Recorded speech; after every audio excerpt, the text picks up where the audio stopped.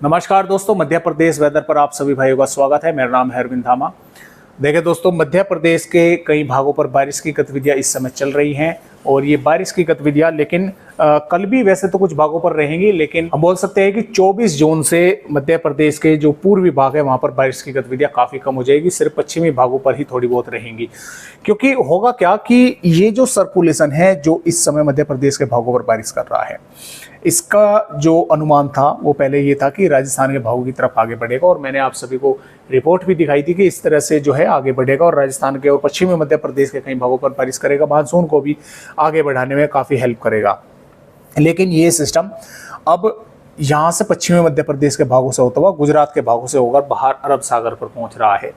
तो इसकी वजह से जो मानसून है उसकी भी प्रोग्रेस रुक गई है, आगे बढ़ने की वो भी आगे नहीं बढ़ पा रहा है। और अब जो है लगभग 2 दिन की सुस्ती के बाद ही मानसून आगे बढ़ेगा। हालांकि अगले 24 घंटों के दौरान, यानी कि दोस्तों हम बोल सकते हैं कि 23 जून में कुछ पश्चिमी भागों पर मानसून आगे बढ़ सकता है। इस तरह की भी संभावनाएं जो है वो नजर आ रही है, लेकिन काफ़ी रफ्तार के साथ जो है वो आगे नहीं बढ़ेगा। बहुत धीमी गति से ही आगे बढ़ने की संभावनाएं जो मानसून की है वो हमें नजर आ रही है।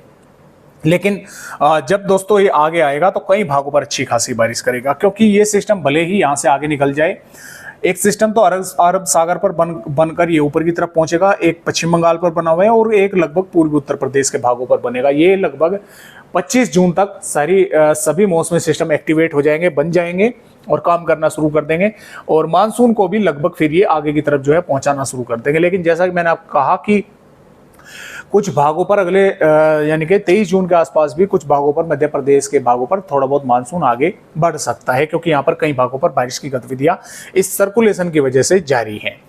तो आइए देखते हैं कि फिलहाल आने वाली यहाँ पर जो हम बात करेंगे 23 जून की करेंगे, और 23 जून से लगाकर 1 जुलाई तक भी देखेंगे कि मध्य प्रदेश पर किस तरह का मौसम रहने वाला है और किस तरह से बारिश होगी।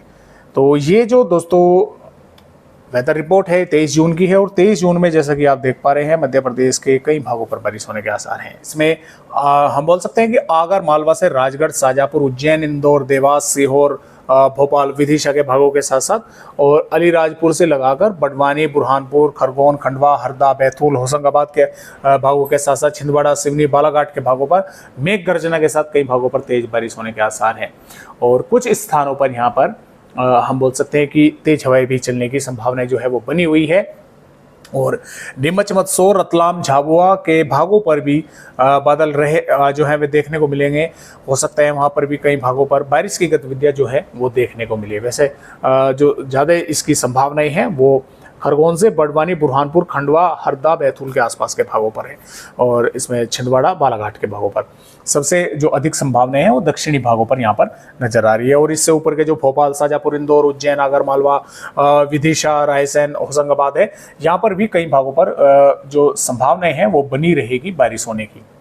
श्योपुर, मुरैना, भिंड, ग्वालियर, शिवपुरी, गुना, अशोकनगर पर भी यहाँ पर देखिए बारिश, वैसे तो संभावनाएं काफ़ी कम है, लेकिन कुछ यहाँ से मॉइस्चर ऊपर की तरफ पहुँच सकता है, तो यहाँ पर भी इन भागों पर संभावनाएं बन सकते हैं। ठीक इसी तरह से टीकमगढ़, छतरपुर, पन्ना, सतना, रीवा, सिद्धि, उमरिया, शहडोल और दमोह, कटनी, जबलपुर के नरसिंह के भागों पर भी संभावनाएं रहेंगी। यानी कि यहाँ पर संभावनाएं वैसे तो कम है काफ़ी बारिश होने की इन भागों पर, लेकिन यहाँ से कुछ बादल यहाँ पर आएंगे, दिखाई देंगे, और हो सकता है भी बादल अधिक आ जाएं, तो यहाँ पर भी इन जिलों पर कुछ भागों पर यानी कि टीकमगढ़, छतरपुर, पन्ना, सतना, रीवा, सिद्धि, उमरिया, शहडोल, कटनी, जबलपुर, दमोह, नरसिंहपुर के भागों पर भी बारिश होने की संभावनाएं बन सकती है मेघ गरज के साथ। कहीं पर हल्की तो कहीं पर हल्की से थोड़ी अधिक बारिश। तो इस तरह मध्य प्रदेश के भागों पर 23 जून में भी बारिश होने के आसार हैं, लेकिन 24 जून से क्या होगा, ये सिस्टम आगे बढ़ जाएगा गुजरात के भागों पर, पूर्वी मध्य प्रदेश पर लगभग पूरी तरह से मौसम साफ हो जाएगा, लेकिन पश्चिमी मध्य प्रदेश के कुछ भागों पर 24 जून में भी बारिश होने के आसार हैं। और हालांकि उत्तरी पूर्वी मध्य प्रदेश के कुछ भागों पर थोड़े बहुत बादल दिखाई दे सकते हैं। बारिश की संभावनाएं कम भागों पर रहेंगी, पश्चिमी मध्य प्रदेश पर भी काफ़ी कम संभावनाएं पश्चिमी भागों पर ही जो है होने के आसार हैं। ज़्यादातर भागों पर बारिश की संभावनाएं काफ़ी कम हो जाएगी, पश्चिमी मध्य प्रदेश के भागों पर भी। और लगभग दोस्तों हम बोल सकते हैं कि 25 जून में भी काफी कम संभावनाएं मध्य प्रदेश के भागों पर बारिश की रहेंगी। हालांकि बादल तो कई भागों पर आते जाते देखने को मिलेंगे और एक दुक्का भागों पर छोट-छोट वेदर एक्टिविटी भी होगी। अब जो फिर बारिश की गतिविधियां बढ़ेंगी वे 26 जून से बढ़ेंगी, क्योंकि यहाँ पर जो जैसा कि मैंने आपको बताया कि कई मौसमी सिस्टम बनेंगे, उन्हें एक्टिवेट होने में थोड़ा समय लगेगा। तो यहाँ पर एक सिस्टम होगा, यहाँ पर एक सिस्टम होगा और एक सिस्टम अरब सागर पर होगा, तो मॉइस्चर वो लेकर आगे बढ़ेंगे और मानसून भी आगे बढ़ेगा तभी।